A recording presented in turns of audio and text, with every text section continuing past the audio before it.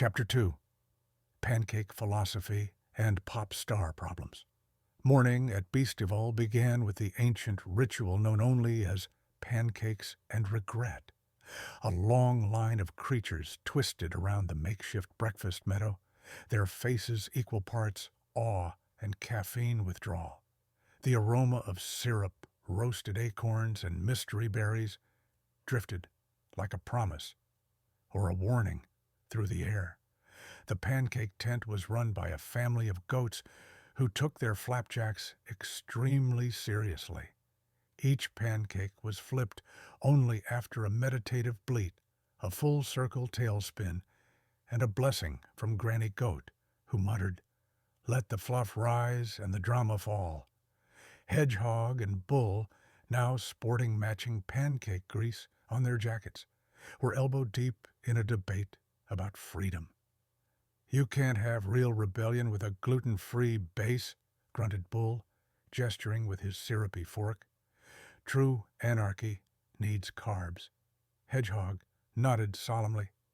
"But what if the real rebellion is not posting our breakfast?" They sat in silence, contemplating the power of not sharing. Around them, rabbits journaled, lions yogaed, and a young goat tried to fry an egg with a disco ball. Meanwhile, Pop Squirrel sat cross-legged in a shaded hammock grove, visibly glitching. "Should I post my 'I'm not posting anything today' post?" she asked her chipmunk manager, who was busy staging a photo of her pretending to meditate. "You have to, Squeaks," he said urgently. "We promised number reel rest, real cute for 3 sponsors. Plus your burnout series is trending." Squirrel let out a deep sigh and stared at the glitter on her paws. She hadn't had a thought that wasn't content since Tuesday. She looked across the grove and saw the easygoing dog blowing bubbles while trying to balance a grapefruit on her head. "I envy her," Pop Squirrel whispered. "She doesn't even try to be inspirational." At that very moment, the tiny swimsuit dog cartwheeled directly into a moss pile, burst into laughter, and yelled, "10 out of 10 landing, right?"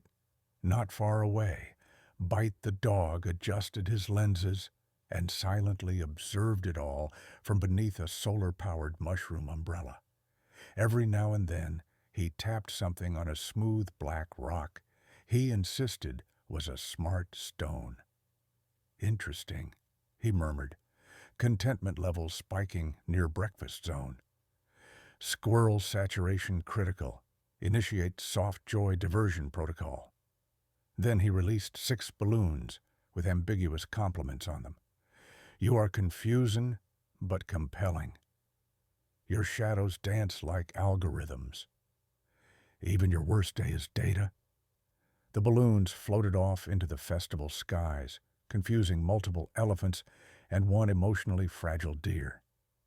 In the artisan corner, Fox Rock Star tuned his guitar, made entirely of upcycled spoons and beeswax strings. He performed for a small audience of possums and bored cats, his voice as silky as spilled cocoa. "This next one is called Echo of Me Through Me," he purred. "It's a love song to myself, about myself." The crocodile with a bag slithered by mid-chorus and muttered, "Self-love is only sexy when it's limited edition," before disappearing behind a shimmer curtain marked VIP Gossip Plus Juice Only. The pancake grove had grown louder now, filled with philosophical goats and juggling rabbits. "Balance is a myth," cried one lion, flipping a pancake onto his own nose. "Balance is an app," shouted another, attempting a headstand on a beanbag. Back at the hammock grove, Pop Squirrel stood up suddenly. "I'm going dark," she declared. "You mean like metaphorically?" asked her chipmunk. "Number literally. I'm going into the blackout tent. No phones, no light, just shadows and my thoughts." Her chipmunk gasped. "Squeaks, that tent has no Wi-Fi." "I know," she said dramatically. Maybe if no one sees me, I'll finally see myself.